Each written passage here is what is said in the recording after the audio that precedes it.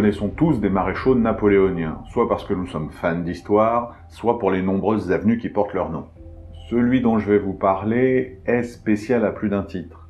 Il n'a jamais oublié ses origines, il n'a jamais non plus cédé aux caprices de son empereur, et il a participé à plus d'une centaine de batailles. Malgré ça, à part sur ses terres natales, son nom est plus ou moins tombé dans l'oubli. Jean Lannes est né le 10 avril 1769. Son père est, selon les sources, colporteur, cordonnier ou garçon d'écurie. Toujours est-il qu'il est dans une famille pauvre et qu'il est le 5e des 6 enfants. Il commence des études, malheureusement son père ne peut pas payer, donc on l'envoie comme apprenti chez un teinturier. Et puis finalement, comme c'est un garçon un peu turbulent, à 23 ans, il s'engage dans l'armée. Il est d'ailleurs rapidement promu sous-lieutenant du 2e bataillon des volontaires du Gers. À noter que c'est une marotte familiale puisque 2 autres de ses frères s'engageront dans l'armée des Pyrénées-Orientales. Pour l'une de ses premières batailles à Saint-Laurent de Cerdan, on va découvrir chez lui la qualité qui sans doute le démarquera de tous les autres maréchaux napoléoniens. Alors que les Français arrivent sur leur position, les Espagnols les délogent tout de suite. Mais le sous-lieutenant Jean Lannes va récupérer les fuyards de l'armée française, les remettre en ordre de marche et déloger les Espagnols à leur tour. Et c'est grâce à cette même ardeur qu'il exhibera tout au long des batailles que dès la fin septembre 1793, il sera promu lieutenant et dès la fin octobre, il sera promu capitaine. Il n'a alors que 24 ans. Dans les jours qui suivront, Lannes sera blessé et envoyé en convalescence à Perpignan. Mais le général Basset, 15 jours plus tard, lui envoie un message lui demandant de revenir parce qu'on a besoin de lui pour commander les grenadiers pour un assaut décisif à Villelongue. En effet, les troupes butent sur une place puissamment fortifiée et c'est le capitaine Lannes qui réussira à la prendre d'assaut. Ça lui vaudra d'ailleurs d'être promu chef de brigade. Mais bon, avec tout ça, il est toujours blessé parce que sa convalescence n'était pas du tout finie, et du coup, les vieilles blessures se sont rouvertes et il repart à Perpignan pour se faire soigner. Avec la réorganisation de ce qu'on appelle l'armée d'Italie, Lannes est censé être écarté, on lui retire le commandement de ses hommes et il est censé quitter l'armée. Mais le commandant en chef de l'époque, un certain Bonaparte, décide de garder quelques officiers et grand bien lui en a pris. En avril 1796, Jean Lannes se fait remarquer à la bataille de Dégau, notamment pendant la prise de la ville pour une somptueuse bataille à la baïonnette. Parce que oui, quand on parle de lui, on ne parle pas du tout d'officier qui commande caché sous une tente 10 km à l'arrière des troupes. C'est quelqu'un qui chargeait lui-même devant ses hommes et qui n'avait pas peur de se battre au sabre ou à la baïonnette quand il fallait y aller. C'est une époque où les officiers inspirent un peu plus de respect à leurs soldats qu'aujourd'hui. Bonaparte fait assigner à Lannes les grenadiers et un bataillon de carabiniers et on va l'envoyer au combat. Comme je l'ai dit, Lannes est toujours devant ses hommes. Il va passer la plupart de sa carrière militaire à commander l'avant-garde de l'armée, donc déjà ceux qui sont devant, et lui est devant l'avant-garde de l'armée. Donc il est face aux ennemis tout au long de la bataille. C'est aussi pour ça que ces hommes lui seront si fidèles et qu'il est respecté par toute l'infanterie de l'armée à l'époque. Il va être blessé le 7 septembre à la bataille de Bassano, mais va continuer à avancer. À Governolo le 15 septembre, il sera blessé encore plus grièvement, mais continuera à suivre Bonaparte. Son courage sera d'ailleurs reconnu puisqu'il sera nommé chef de brigade. Et arrive la fameuse bataille d'Arcole. Les Français sont au pont d'Arcole, en face d'eux les Autrichiens, et ils essayent de traverser ce fameux pont. D'ailleurs, le général de brigade Jean Lannes, avant même l'heure du déjeuner, a déjà été blessé 2 fois par balle pendant des tentatives pour traverser ce pont. Donc il est emmené à l'arrière pour être soigné, ce qui est quand même un minimum. Et là, arrive un de ces moments magiques dans l'histoire de l'humanité. Ce genre de moment, si vous le mettiez dans un film sans rien y changer, tout le monde crierait à la supercherie disant que c'est totalement exagéré et que c'est absolument impossible. Bonaparte se dit que ce qui manque aux troupes pour traverser le pont d'Arcole, c'est la motivation. Donc, il décide d'aller les motiver lui-même en se portant à l'avant de l'armée sur le pont en brandissant le drapeau. D'ailleurs, il y a un très célèbre tableau qui relate cet épisode. Le petit détail, c'est qu'il y a un problème de timing. Quand Bonaparte arrive, les troupes françaises sont déjà en train de reculer. Du coup, il se trouve submergé par les Autrichiens et, d'après les récits, se retrouve en fait au bas du pont, sur le côté, coupé de son armée avec les Autrichiens qui passent sur le pont, ce qui pose un tout petit problème. Lannes, qui se fait soigner dans la tente médicale, apprend que Bonaparte a choisi de passer en première ligne. Donc il a quand même 2 blessures par balle. Il décide de se lever tout de suite, difficilement parce qu'en plus il y a une des 2 blessures qui est dans la jambe, donc il ne peut pas marcher. Il se rhabille même pas, il monte à cheval et il part au galop vers le front. Première petite aparté à ce moment-là pour comprendre comment les choses vont se passer après.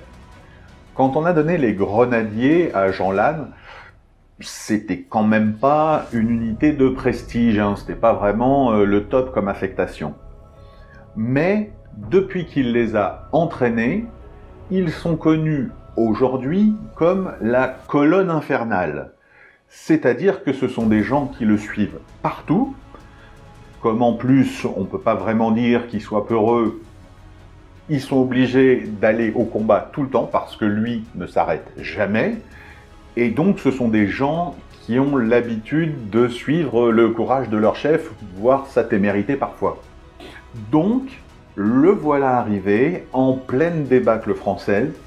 Il est au galop sur son cheval, il a du sang partout, il a toujours 2 blessures par balle, il est à moitié débraillé et il fonce tout droit vers le pont à travers les unités françaises qui sont en train de battre en retraite. Comme je vous l'ai dit, son unité a l'habitude de ce genre de choses de la part de leur leader et du coup, le voyant arriver, repartent avec lui à l'assaut du pont, suivi par tous les autres, hein, c'est un mouvement de foule, c'est aussi simple que ça, et ils reprennent le pont et ils récupèrent Bonaparte. Dans la foulée, Lannes est blessé une 3e fois par balle dans la même journée. Bonaparte écrira plus tard à un membre du Directoire « Le général de brigade Lannes est venu au champ de bataille, n'étant pas encore guéri de la blessure qu'il a reçue à Governolo. Il fut blessé 2 fois pendant la première journée de la bataille. Il était 3 heures après-midi, étendu sur son lit et souffrant, lorsqu'il apprend que je me porte moi-même à la tête de la colonne. Il se jette à bas de son lit, monte à cheval et revient me trouver. Comme il ne pouvait être à pied, il fut obligé de rester à cheval. » Après un passage en Italie, qui a permis notamment de vaincre l'armée pontificale, Lannes se voit en charge de préparer la campagne d'Égypte. Et en 1798, il est affecté au QG. Mais ils sont à court d'officiers et du coup, on lui redonne une unité et il repart au combat. Là encore, il enchaîne les victoires et à la bataille de Jaffa, il se conduira comme il en a l'habitude, j'ai envie de dire. La ville est entourée de remparts. Bien entendu, l'artillerie française tire dedans pour essayer de créer une brèche, et dès qu'une brèche s'ouvre, alors que n'importe quel officier aurait lancé la charge, demandé à ses hommes de charger par la brèche, Lannes dégaine et fonce tout droit le premier dans la brèche. Donc heureusement, ces hommes ont l'habitude et suivent derrière, mais c'est un peu spécial quand même pour un officier de partir le premier. Cette avancée incroyable s'arrête net à Saint-Jean-d'Acre. Pendant le siège, Lannes va même gérer plusieurs assauts.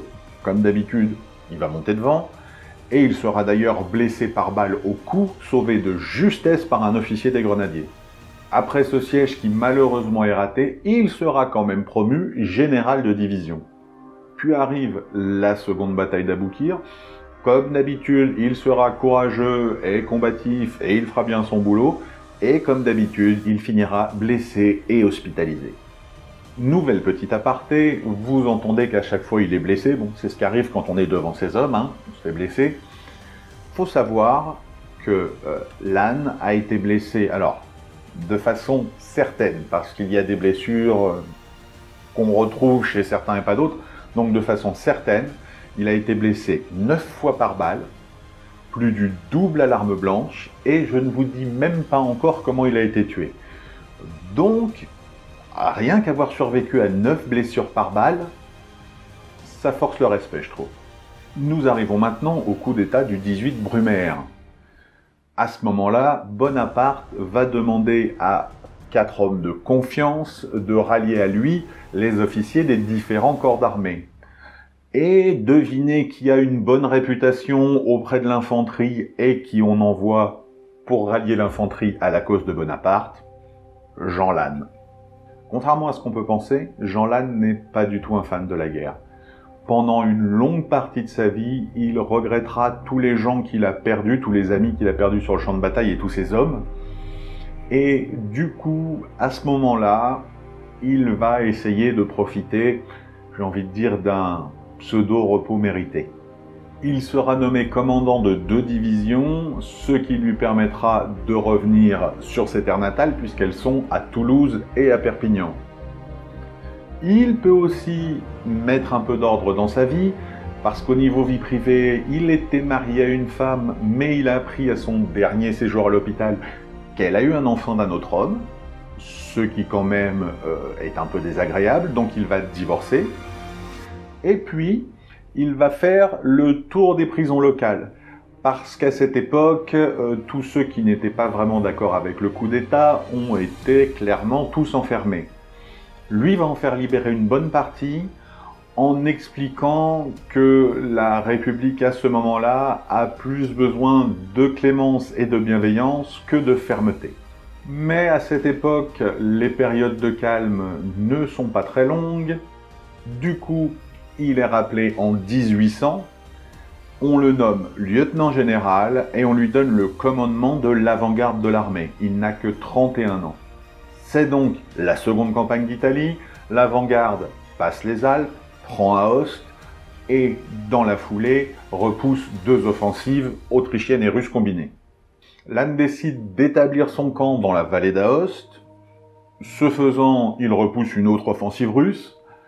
Et puis, on a un problème parce que son artillerie et sa cavalerie ne sont pas là. Ils sont sur une autre bataille, sur un autre champ de bataille. Mais il décide qu'avec l'infanterie, ça suffit. Et il va continuer à avancer vers Ivrea, qui est défendu quand même par 5600 hommes. Et il va la prendre dans la journée et ouvrir ainsi la route aux plaines piémontaises pour l'armée française. Mais la cavalerie autrichienne finit par mettre l'infanterie française en difficulté. Et ça tombe bien, puisque c'est le retour de la cavalerie française auprès de leurs unités, et du coup, on repousse les Autrichiens qui vont se terrer à Turin. L'avant-garde française progresse rapidement et passe le fleuve Pô. Il faut savoir que c'est un fleuve un peu capricieux, et que, après que l'avant-garde soit passée et avant que le reste de l'armée n'arrive, il y a une crue. Du coup, Lannes et son avant-garde se retrouvent en plein territoire ennemi, sans pouvoir reculer et sans espoir de renfort. Quand il y a un bon coup, généralement il est dedans. En plus, Masséna s'est pris une raclée à Gênes, ce qui fait que les troupes qui étaient à Gênes viennent en renfort face à l'avant-garde française. Donc, 6000 soldats de l'avant-garde française se retrouvent face à une place fortifiée avec de l'artillerie et 16 000 hommes en face. Malgré le déséquilibre incroyable des forces, la place forte, pendant la journée de combat, va changer plusieurs fois de main. Et c'est grâce à l'arrivée d'une division du général Rivaud, qui a enfin réussi à passer le Pô, que la bataille va être décidée et les Français vont s'emparer de la place forte. Les Autrichiens, eux, auront reculé jusqu'à Montebello. Lannes, dans sa foulée, attaque Montebello et réussit à prendre la ville. C'est d'ailleurs pour ça qu'en 1808, on lui fera l'honneur de le nommer duc de Montebello. Autre moment un peu tendu dans sa carrière, la campagne italienne ne se passe pas comme on voudrait et 15 000 soldats français se retrouvent face à 30 000 Autrichiens. Bien entendu, Lannes est au premier rang, mais là il ne s'agit pas d'attaquer mais d'une retraite parce que les Autrichiens essayent de les encercler et il faut se retirer absolument pour éviter le massacre. Mais se retirer sous les canonnades et sous les tirs ennemis, c'est compliqué, ça se fait pas n'importe comment, on part pas en courant. Sur cette bataille, Thiers dira « C'est dans ces moments que Lannes et ses 4 divisions font des efforts dignes des hommages de la postérité. L'ennemi qui a débouché en masse à Marengo dans la plaine vomit par 80 bouches à feu une grêle de boulets et de mitrailles. Lannes, à la tête de ses 4 demi-brigades, met 2 heures à parcourir 3/4 de lieue. Lorsque l'ennemi s'approche et devient trop pressant, il s'arrête et charge à la baïonnette. L'arrivée des renforts renverse l'issue de la bataille, mais Marengo a quand même coûté 6 000 blessés ou tués aux Français et 10 000 aux Autrichiens. La division de Lannes a perdu 14 officiers et 40% de ses effectifs. Pourtant, à aucun moment ils ne se sont éparpillés ou déstabilisés. Le général Lafargue parlera de lui en ces termes. Lui, de nature bouillante, qui était ordinairement l'élan personnifié, s'était montré cette fois d'une froide impassibilité, conservant sous un feu écrasant auquel il ne pouvait répondre une constante maîtrise de soi, une persistante clarté d'esprit et de vision, une inégalable confiance. Ce sang-froid, cette confiance, par sa présence et son exemple, il les avait communiqués à ses soldats dont la fermeté durant ces interminables heures d'incertitude et de recul ne s'était jamais démentie. Il s'était montré ainsi aussi apte à maintenir qu'à entraîner, étant de ces chefs dont les qualités ne s'exaltent pas seulement dans les mouvements en avant et le succès, mais qui restent aussi égaux à eux-mêmes dans l'infortune.